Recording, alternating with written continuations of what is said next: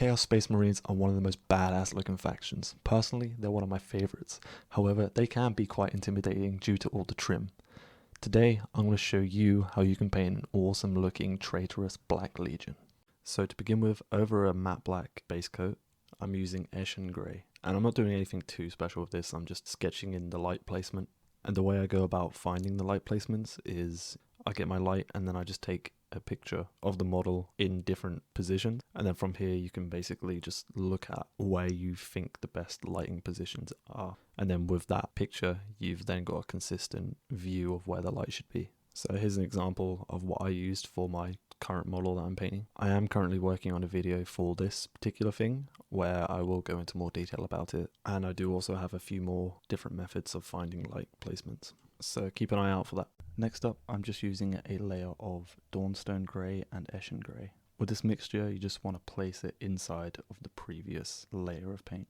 And this is what's going to act as the sort of bridge to Dawnstone, as Dawnstone is quite a high jump from Eshin Grey. So I just start out with a basic layering technique, and then I move into a sort of glaze and try smooth out the layer that I've just put on. Initially, I don't do this very well, and the layer doesn't look very smooth, and it just looks bad in my opinion. So I do go over it again, and I use a glaze medium to help, and I always forget that I have the glaze medium, but honestly it makes so much difference than just using water.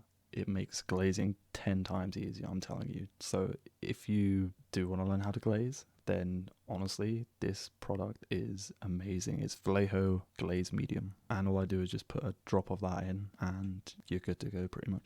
Next up, I'm using Dawnstone Grey. Now I've thinned this down to quite an extreme level, which I should have just stopped and remade the mixture. However, I do go back over it and I use the glaze medium, and this honestly solved the majority of my problems. As you can see, it's so watery, and I needed to dry off my brush a bit and then use the glaze, or just layer it and then glaze over the layer. But all I'm doing here is just using the reference images and just picking out all the highlighted areas. I am always looking at these reference images.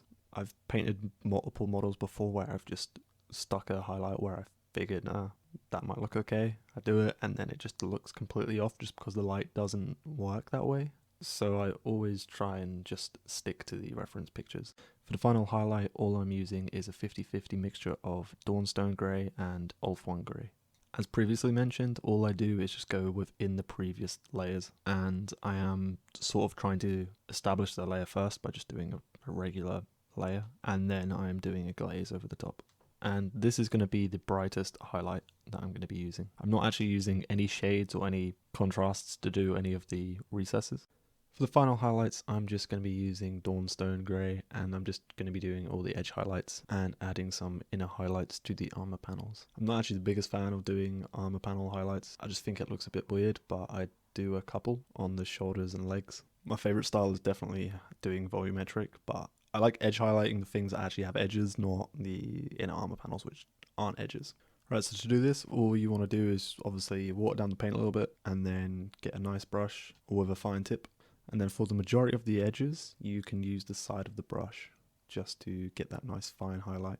I know some people like to do chunky highlights and then finer highlights and dot highlights, but I'm literally just doing one highlight and that's all. If you want to push it a little further, you can just go straight to Ulf-1 Grey and just do dot highlights. But for this model in particular, I'm just doing Dawnstone Grey. Next up, I'm starting on the metallics, and for this, I'm using Balthasar Gold. So I've seen with lots of Black Legion that they use gold, like regular, like shiny gold, but I'm not a big fan of that. I like the sort of brass, bronzy look, and that's why I'm starting with Balthasar Gold. So you want to take your time, as we have just painted the main armor panels. If you do make any mistakes, you can just build back up the highlights again and just go over the mistake to clean it up. After that, I'm just throwing on some lead belcher onto all the silver metallics, and this will be the chainmail, the little exhausts on the backpack, and the little components on the plasma gun. I didn't actually paint the maul yet, just because I do a dry brush at the later stages of painting the power maul. So again, just taking your time and making sure you're trying to be as neat as possible. I try to take my time and go slow, as I don't like to make many mistakes just because I don't want to have to go back and clear it up, because it just means more time on doing little stupid cleanup which you could easily avoid. Obviously this is easier said than done, so it's very easy to make mistakes. Next up, I'm just painting the lenses, and this one's going to be quite quick as the footage that I took was kind of blurry and wasn't really in focus. So to begin with, we're just putting on a base coat of Mephiston red. And the nice thing about doing the lenses, we haven't done any highlights for the Balthasar Gold, so it would be very easy to fix. But all we want to do is just take our time again, get a nice tip on your brush, and then you can just go over the lens. Even though it is easy to fix, still take your time, just because you don't want to make the mistake and then go over it again. Next up, we're just using pure Evil Sun Scarlet, and we're just going to be layering in the inside of the lens.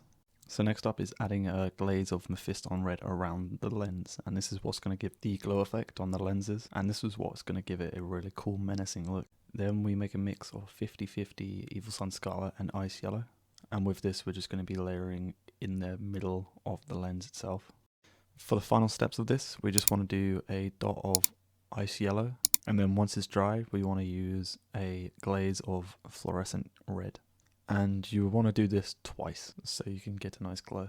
So now we're just going to be setting up the white to do the OSL, and then we're going to go back to the metallics and finish off with some highlights. So I'm using Bold Titanium White by Pro Acryl, as it's very good for coverage, and I'm just doing a layer over the top of the plasma coils. For the last steps of the metallics, I'm using Runelord Brass. Now, as I mentioned previously, I'm not using any shades or any oils for this.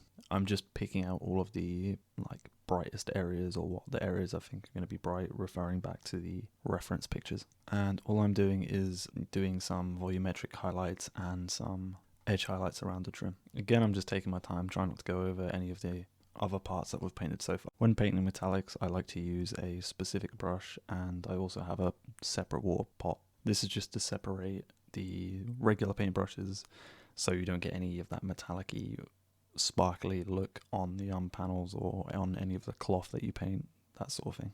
For the final steps of the brass trim, all I'm using is Canoptic Alloy, and same as before, I'm just going over all the highlighted areas that I've previously done and just doing more dot highlights and highlighting smaller areas. This recipe feels a little bit weird because usually I do add some sort of shade or oil to any metallic that I paint, because I like to have a sort of doll effect, but using this specific recipe, it comes out really clean and really bright and nice, and it definitely contrasts to the black and grey armor panels. So for the final part, we're just going to be doing some non-oil over the chainmail just to give it a bit more depth. And then for the black cables and all the sort of black rubber parts to the armor, I'm just adding some highlights of Skaven Light Dinge. For the last part of the model, I'm now going to start on the OSL for the plasma and the power mole. Just to let you guys know, I did paint this twice. I done it the first time and I really didn't like the result that I got, so I done it a second time, and I'm a bit more of a fan of the second result, so I'm showing you the second attempt that I'd done. However, the OSL glowy effect is the same for both parts on the armor. The plasma coil is what I repainted. So to begin with, I'm just using a red ink, and with this I'm just going over all of the white area on the plasma coil and on the power mole. On top of this, I'm hitting areas where I think the light is going to hit from the plasma coil. However, I didn't show this in the video, but it's over the shoulder and over the side of the face and slightly on the chest. Next up, I've switched out the ink for a orange fluorescent paint, and I'm just hitting the same areas again, trying to get rid of some of the red, but leaving it in on the sort of halo area of the glow, which would be on the armor and on the face. So obviously for this I'm using an airbrush. You don't have to use an airbrush, you can use a regular paintbrush or a dry brush and you can still get similar effects.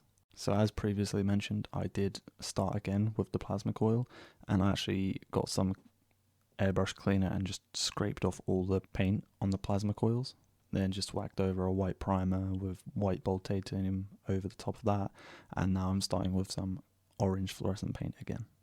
Then I do a 50-50 mix of fluorescent yellow and fluorescent orange, and then I'm just putting it into the bottom half of the plasma coil. So I want this to be somewhat watery, so it does flow into the recesses a bit.